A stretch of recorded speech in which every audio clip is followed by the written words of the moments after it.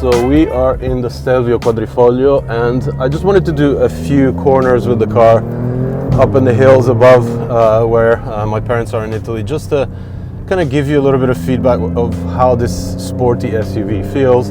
It's definitely the most sporty one that I've driven, you know, compared to even a Macan. It's really, really aggressive the way it's set up. It slides pretty easily. It's probably the most tail-happy SUV that I've ever driven, which makes it a lot of fun around these kind of switchbacks here in the hills. And the best thing is when you put it in dynamic mode and you really get on it and you get the shifts to really pop with that Akrapovic exhaust out the back, it really is a lot of fun. Okay, so as part of the test drive of the Stelvio quadrifoglio, I wanted to do a quick walk around with Larry and his Maserati version of the same SUV. So we'll concentrate first on the Alfa Romeo, kind of go through the specs, go through what I like, and then Larry can do the same with his car, and you can go check out his kind of walk around and, you know, thoughts about his experience driving that car on his channel. And we'll start with this beauty, which we have come to like quite a lot. This is the 100th year anniversary quadrifoglio, so 23 to 2023, 100 years. Basically what it comes down to is if you like green or if you like blue. Pretty much, they're exactly the same car. They really are. It really just comes down to personal preference. Yeah. So much of it is just like the little knickknacks. You know, slightly more luxury on that side of things, yeah, because, you know, more screens inside, just a little bit of more kind of upper market kind of refinements. This one has a lot more buttons. That one has a lot more screens. Yeah. This one, you know, you actually have a traditional shifter. That one doesn't. It actually has buttons. Yeah. But, you know, I mean, we found this to be an extremely well-suited car for Italy because it's ridiculously comfortable. It eats up highway miles like it's no tomorrow, and it just does everything really well. You leave it in normal mode and it just cruises, very comfortable. Fuel consumption is not even that bad. Like, I put this cruise control on 130 kilometers an hour, which is the legal speed limit in Italy, and I got 9.4 kilometers to the liter. And for something that weighs, you know, 2 tons and is far from aerodynamic, that's not bad at all. Yeah, let's have a look at the engine, which is the same engine as the Maserati and the same engine as the Giulia quadrifoglio. So this is the Ferrari-derived 2.9 liter V6 twin turbo, and I say Ferrari-derived because reading through all the specs, I think this is basically a Ferrari V8 with 2 cylinders chopped off. And I love how it's laid out. It's, you know, very Italian. Everything has to have a little bit of beauty in it. Unlike the modern day engines we see today, which have just a massive plastic cover, they've attempted to do something a little bit better. And yeah, it's 90 degrees. So that's why Alfa's V6s sound so good. Yeah, exactly. Huh. So the angles of the banks and the firing order really does make a difference with the sound. And it sounds really good because it has an Akrapovic exhaust. Oh yeah. Which is an option on this car. Let's take a look at that. That's 5,000 euros for this exhaust option, and you really only hear it when you put the car in the sporty kind of setting. So yeah, as I was saying, the color is something that really stands out. I get a lot of compliments about it at gas stations. People come up to me and kind of want to see it and compliment me, which is nice, considering it's not even my car. But you know, it's back to the specs. It's a twin turbo V6, and it's mainly tuned for torque. So any speed, any gear, you just floor it and it goes. It picks up so instantly. It has a lot of torque. It pushes out 520 horsepower, and it's mated to a ZF 8-speed transmission, which, you know, does an amazing job of shifting through the gears. And then of course you can go manual mode, and that's when you get the little farts from the exhaust. And it's like, I have to say, for such a big car, it's so competent through the corners. I've had a few occasions where I actually managed to put it in the sporty mode, and it's really, really fast. Well, what I actually had to do with this car was I used this as a chase vehicle. When we were shooting with Automobili Amos, we were chasing the rally car, right, which is Up the the mountains. Soforista and also the Futurista. They were going up the mountains on their local roads, and this was our camera vehicle, and I had to drive it. There was at some points where I had to use all 520 horsepower to keep up because of the fact that those guys drive very fast, very, very precise, you know, through the mountains. Oh, they were doing like a proper rally stage, so Yeah. it was impressive to see that you guys kept up in the rearview mirror while I was in there. But you know, it's really interesting for me because I actually come from a bit of an Alfa Romeo background. I learned to drive in an Alfa Romeo 75, and then my dad kept an Alfa 164 here in Italy when we were, you know, living in the UK and commuting back here for summer, and that was the summer car. So I have that kind of background of the older Alfa Romeo, and I think this is one of the first products, this and the Giulia, that I feel that passion, that, you know, that sportiness is coming back out in the cars, and it's really a pleasure to see. I'm really quite excited to see how the Tonale looks. It's a really nice sporty SUV, and I just want to see how Alfa Romeo just keeps pushing their cars into the future. And you know, when they actually create things like this, you know that they really want to create something fun and powerful and exciting for their customers to drive. For an Italian car, I have to say there's not much color. Usually, you know, there's splashes of red here and there, but this is of course the 100th year anniversary model, so they've stuck to a very simple black on black.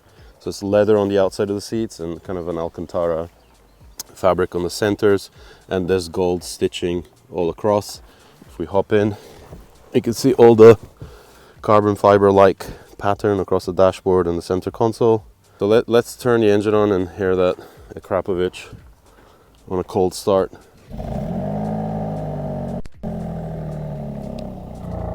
There it is. So it really sounds like unlike any V6 I've heard. I mean, Alfa Romeo is really, you know, proficient in their V6 engines. They created the Busso V6 back in the day. That was an NA engine that sounded glorious. And I guess they're taking that experience and doing good stuff with turbo V6s too. Wow, that sounds good. It sounds amazing, yeah. All right, so we are gonna go over to the Maserati, and for that piece you'll have to go to Larry's channel. So, all right, welcome to a new video. I am still in Italy, and today I am down close to Bologna. So this is like, you know, the region in Italy where all the brands are. You know, Ferrari, Lamborghini, Maserati, the old Bugatti factory. It's all in the vicinity, and I'm actually at Simone Racing. I'm gonna meet Alan Simoni, the owner. And the reason I'm here is to check out a couple of cars that he has, but more specifically a time attack machine that he built himself over the course of the last 10 years. And it's extremely special. It's the reason I'm here, because I had to see this up close. It's something that a lot of people have been wanting to do for so many years, including the manufacturer that actually made this car originally. But Alan actually did it himself, and we're gonna go and check it out. But before we do that, we'll say hello to him, head up to the offices here, and even have a little walk through the company, which is quite famous for making car accessories here in Italy. Hi, Dino. Hi, nice to see you. Welcome. Thank you. Welcome. So as I said, we're here to check out your company, but also a very special car Yes. that yes. you've created over the last few years. My lady. Your lady. Yeah, my lady Rossana. Excellent. What a cool entrance you guys have here. Yeah. Very much car themed. The most important thing, the hashtag stock is boring. Stock is boring, yeah, Yes. absolutely. Is a way of life. That's a way of life here. Yeah. Nice. Yeah, absolutely. And these pictures as well, that's so cool. And I noticed straight away you have a 23 here. That's the legendary Porsche Yes. number for the Martini cars. Library Martini on the Porsche, but is also my lucky number because I born on 23 October. Okay, And so I use always this number when I race. nice. It's also a legendary number if you're into JDM stuff, because it's Nissan's motorsport number. Exactly. Okay, so let's take a look here at your office, and Yeah. maybe you can run us through what Simone Racing is all about, how it started. Simone Racing was born on 1987. The president is my father, still him. And since almost 15 years, I take the steering wheel of the company, Yeah. and now we are producing especially the same thing, so car accessories, and steering wheel, gear knobs, pedals, seats, Yeah. and since the beginning, all the product line was completely revolutionized by the years and by the fashion and the trends, you know. And so we try to follow all the trends, all the the fashion goes, the automotive style. Yeah, yeah. And you yourself have been involved in motorsports for quite a while, right? Yes, I started to race in 2002 and I finished in 2014. And I always race with touring car. Right. No formula. I always love the contact. Sure, yeah. Close racing. Yes, close racing. Yeah. So I'm a GT lover, GT 500, GT 300 lover from the Japan races. Nice. Always follow the JDM world. Yeah. You guys really know how to decorate your office for Yes. inspiration. Yes, yes. And all the stuff are things that we sell. For example, these are headlight for a Mini, the front of the Mini. And so we sell this, so we use it to illuminate the wall. Yes. That's crazy. I didn't even notice that was also, a car. these are exhaust, sport exhaust is the same. You converted an exhaust into a light. Exactly. That's crazy. That's a really good idea. All the doors have the more famous livery of the history of the racing. So that is Le Mans, the Mazda. Oh yeah, the 787. Exactly. Legendary four-rotor. Exactly. And here we go into the warehouse area. The warehouse, yes. But you were telling me that one of your steering wheels was actually used in the Endless Super GT GT300 car, right? Yes, exactly. Oh, there it is. Yes, like this. Very motorsport focus with the cut, lower section, Alcantara. Is that suede or Alcantara? It's suede. The fun part, and also the crib of my ladies. Oh wow, we see two interesting cars already. This is the Clio 16 Volt. Yeah. What year is this? 91. 91. And was the sport car of my grandfather. Oh wow. So you kept your grandfather's car in mint condition here. Yes, yes. That's really nice. 16 valve. I rebuilt it also for the interior because was. Oh wow, it's so clean. I love the 90s fabric. Do you still use this car or? Yes, I use it once a year for a special event, and it's a very fun event because it's like a game, a table game, but you did with the car. With the car. Is in Italian way is called Gioco dell'Oca. Gioco dell'Oca. But I don't know if you know it in Japan or completely stock. Look at the manifolds. Interesting pattern. Yes, this is completely stock. There's only a sport air filter inside the air box, the original air box. But the hot hatch of the 90s. Yeah, the 90s. This car is like with the Citroën Saxo VTS. Yes, yes. Was the most and the Peugeot, what was iconic, the Peugeot 205, 106, Rally, GT, the GTI, exactly. Yes. And behind here you have something completely different. Completely different.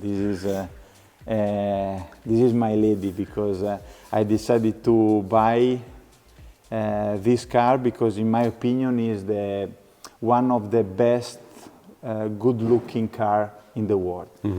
And also I changed the interior with this fabric that I love it. Yeah, hound's teeth. And she is Rossana. Rossana.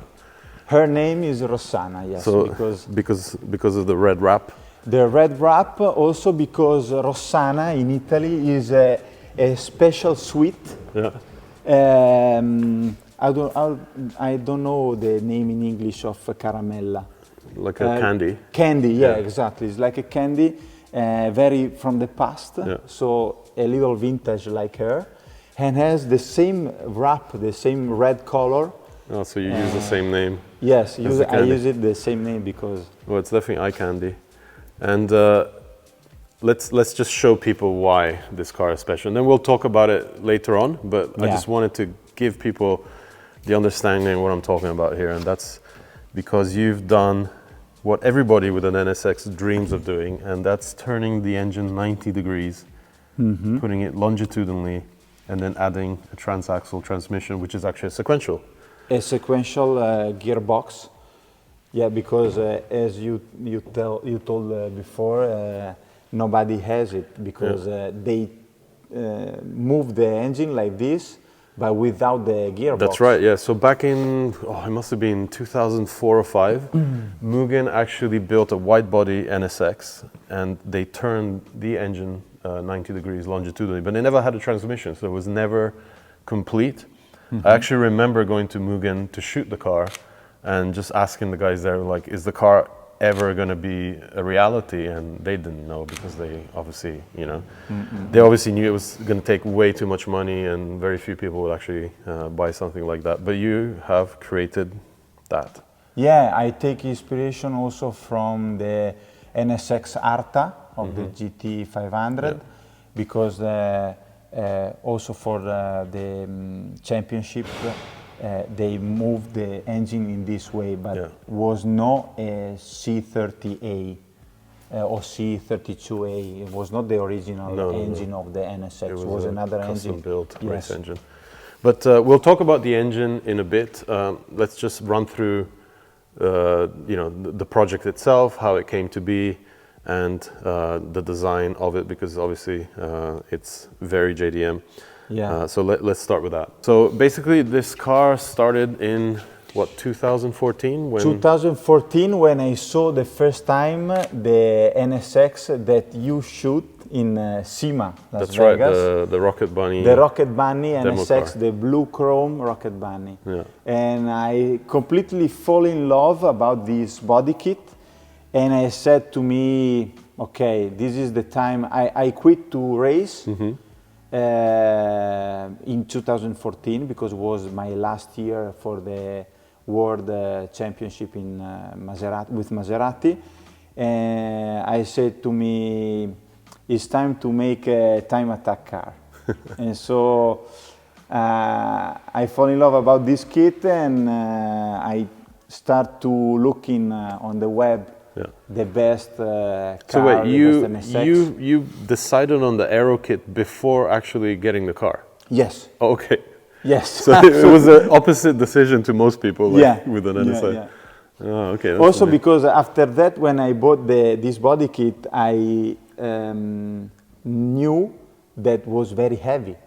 Right. So it's not the right decision to make a time attack car. Is it really that heavy? Yes. Oh. Because well, I mean, you're ripping off aluminum panels to replace, thick FRP. So FRP, exactly. Because not all the people knows, but it's very thick. It's very thick, thick FRP, and is a perfect fit. Really? It's incredible. Yeah, Mura-san uses computer design, so everything, all the molds are CNC machines, so the precision is always there. And this is true. This is true because it's not common to find something like that. It's true, but it's very heavy also because the feature of this body kit was the cofango. Oh, true. Yes, it's one piece. Yeah, is one piece. So they have an aluminium part in the front that makes the hood opening like this. So it hinges with a frame underneath. Yes. Oh, okay. So when I bought it, then all the transformation has the car. We decided to remove to save weight. So now the hood is one piece. You have to remove one piece also with the lip. And then, of course, the craziest thing about this kit, and it's probably why it was never really too popular, is, of course, it's based on a very iconic, legendary, collectible car, but to fit it, you have to cut the tail. Yeah. Like considerably cut a chunk This of is metal. true. Another thing that all the people doesn't know, because this is a short tail. Yeah. Because to fit this fender, you must cut almost 20 centimeter of aluminum tail. That's crazy. So that's the reason you had to recreate the tail lights, right? They go. Not really, because you still use the original tail light. Yeah. You still use it, but I decided to fit this kind of LEDs to have a new look. Right. You know, a new look. So was my design to use these things, because I make this car because I want to show to the people that with my car accessories you can build a race car. Makes sense. And so also the inside. So you actually stripped the car down to bare metal Completely. to start off, Completely. and of course you had a custom roll cage fabricated and mounted inside. Here's another hint that you went a little bit crazier with the engine that we even expect. You actually moved the engine back, right? I also keep the original stickers on the car. He used to run Yokohama A022s. Yeah. Or Bridgestone Potenza RE010s. Interesting. Then I moved the fuel tank to the back to the front. So now is a special, as like 30 liters. Only Did you have to do that because you cut the rear end, or? No, I did it to the distribution weight. Oh, okay, yeah. So you added carbon fiber doors Yes. and some other accessories like the skirts, the spoiler, just to This complete is the aero package. Sabon carbon. So how much does the car weigh now? The total weight is 1,050 kilos. Wow, okay, that is considerably light. The strange thing that happened when we stripped down the car was found and measure the weight of the wire on the car. Was 30 kilos of wiring. Yeah, the wiring looms are crazy. Incredible. And on modern cars, it's like 3 times that now. That's why all the cars now are more than 1,500 Yeah, kilos. exactly. Even the sports cars. Yeah.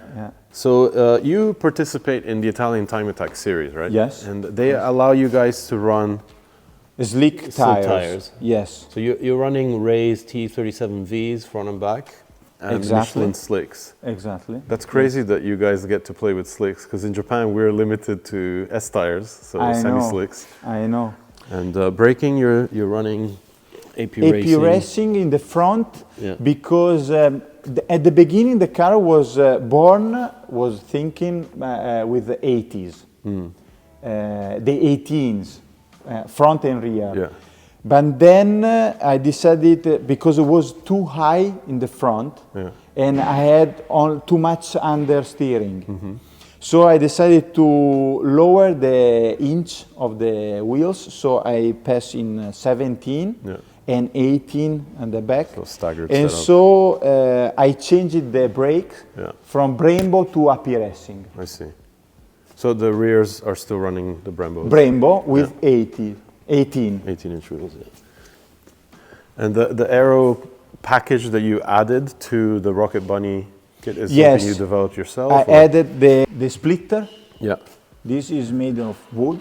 Okay. Like in the Balsa past, wood, like the whatever Formula works. 1 in the 90s. Whatever works. Exactly.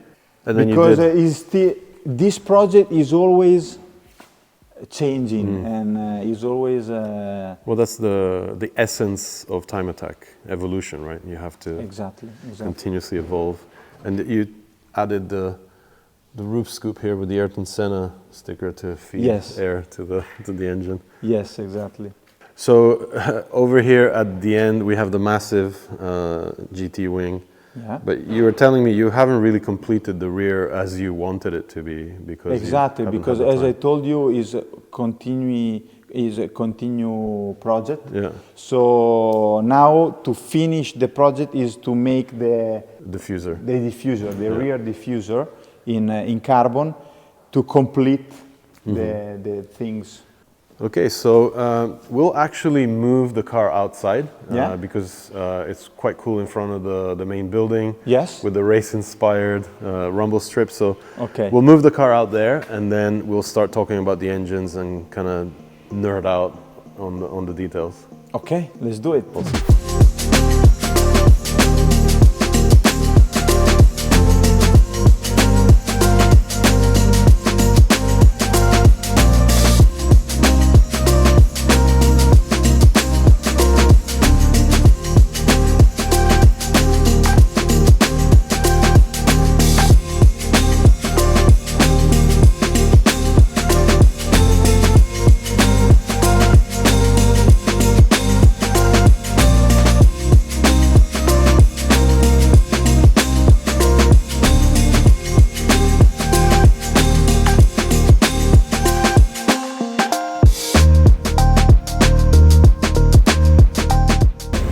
All right, so we're gonna move the car outside, get a bit of natural light onto the thing, and continue talking to Alan about the engine.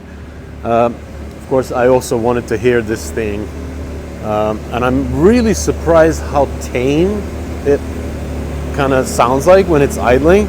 Like there's no lumpy, crossover on the cams. For a fully built V6 engine NA that pushes out 430 horsepower, it doesn't sound as crazy as some of the wildest NSXs that I've shot in Japan, and I can't wait to hear that engagement from the sequential. So of course the sequential is air shifted. You can hear the little puffs of air as Alan flicks through the paddles on the steering wheel.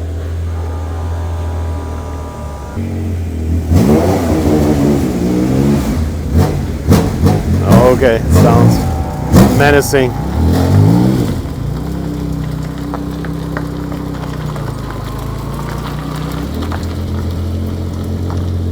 All right, I think that's a decent position. And now we get chatting to Alan about the entire engine conversion, what he had to do to accommodate the transaxle sequential, and the level of tuning that this engine's being prepared for, because it's pretty out there. Give me the story from the beginning. Like, why did you decide to do something so, Crazy. insane and crazy Insane, as basically turning the engine, repositioning the engine? That's Is the absolutely wild. the right word, insane. Yeah. Only because the evolution of this car is quite long. Yeah. Because it's 10 years long. Mm-hmm. So at the beginning we decided to keep the engine in the original stock position with the original gearbox. Okay. That's manual 5 speed. But after 1 or 2 seasons, the original gearbox was too long for to compete in the time attack. So also the final total speed was 220 only. Oh wow, okay. So for this reason, I decided to change something, because needs to be faster on the straight. I decided to change the gearbox and take the sequential, but there's nothing ready or good for this engine, for this car, keeping the engine in the original position. So we decided to Rotate. And the result is? And the result is this, and we used gearbox Sadev SL90 that is also bigger than the real power of this engine, but is was a thought because for the same reason, that is a project always evolving, and we did this solution only because the final solution was to make this engine turbo. Right. With Okay. 1 or 2 turbos. Yeah. Yeah. But we You stopped at NA. at the moment we stopped Because you till were saying now. this is a completely rebuilt engine. It's completely forged internals. You have sleeves. Is a and stroker. It's a stroker kit 3.5. Yes. And then you said you actually got like all the manifolds made, and you're doing like 430? 420. 420 horsepower. 23 Yeah. horsepower. Yes, with 407, 408 Newton meter. That's amazing.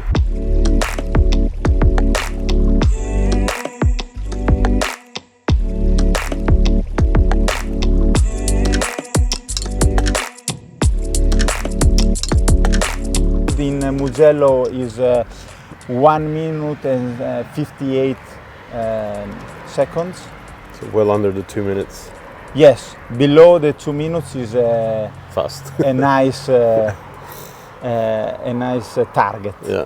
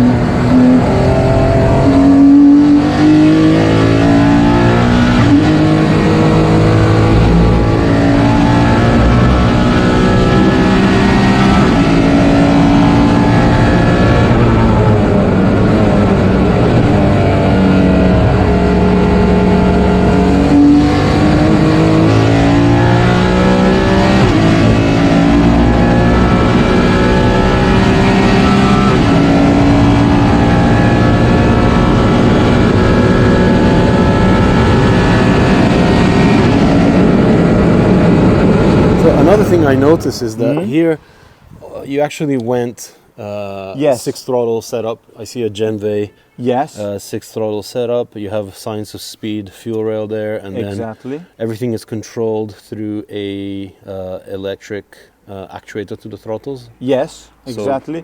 Is everything by the CPU. Yeah. The ECU system is a Life F88. Yeah. and also everything is move about this ecosystem. And also the airbox was a study to use the air scoop, of course, like GT style. GT or Formula One style, Yeah. the same thing.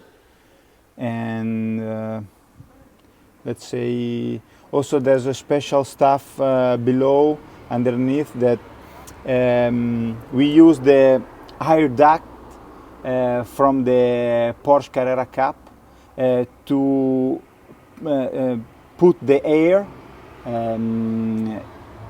into the gear box. Okay. Because there's a lot of overheating. Sure. So we need to put the air in every single way inside the engine bay. And for suspension system, you're running The ST suspension, three-way, I see the and remote-mounted reservoirs front yes, and back. exactly. We use this also because we have a collaboration between my company and them. Okay.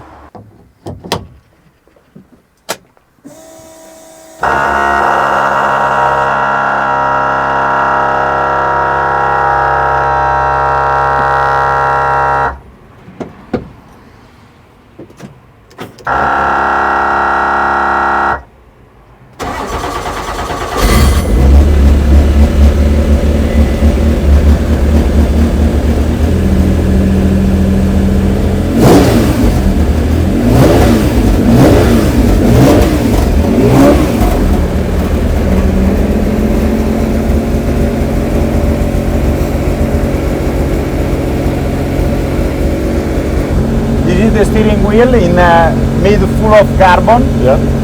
This is the paddle that we put with the sequential.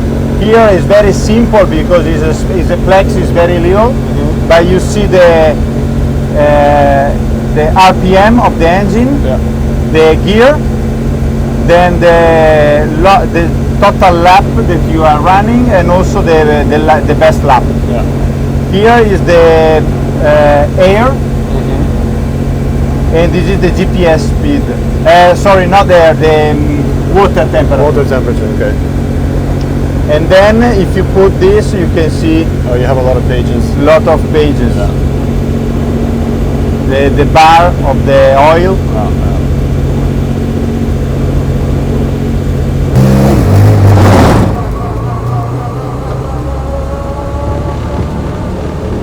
Literally no flywheel wings.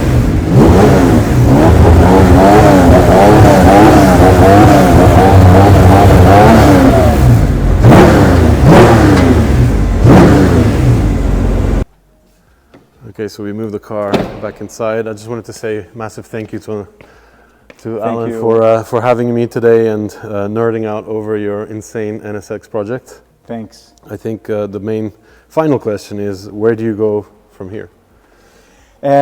Nobody knows.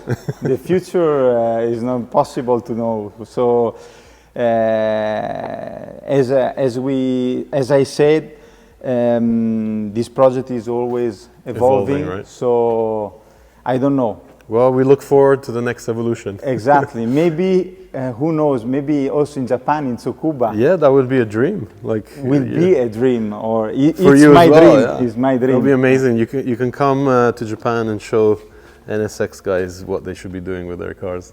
Yeah. All right. Thank you very much. It was Thank a pleasure. you. Bye. Thank you.